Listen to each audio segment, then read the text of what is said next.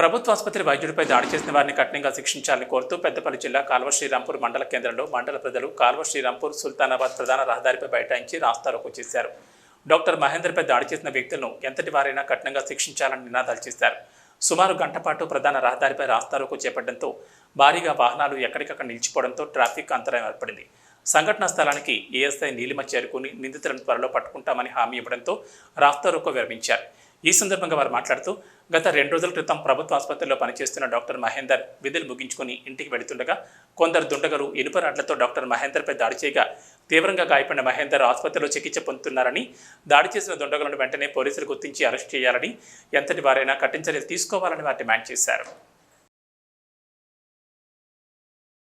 మంగళవారం జరిగినటువంటి డాక్టర్ మహేందర్ ప్రభుత్వ హాస్పిటల్లో పనిచేస్తూ ఆయన పనిచేసి ఇంటికి పోయే క్రమంలో మంగబాట దారి మధ్యలో ఒక 8 మంది దుండగులు ఆయనను కొట్టడము ఏహనీయమని చెప్పుతూ, అలాగే ఆయనను కొట్టినందుకు ఆయనపై కఠినమైన చర్యలు వారు తీసుకోవాలని మా శ్రీరాంపూర్ మండల ప్రజలందరం కోరుతా ఉన్నాం.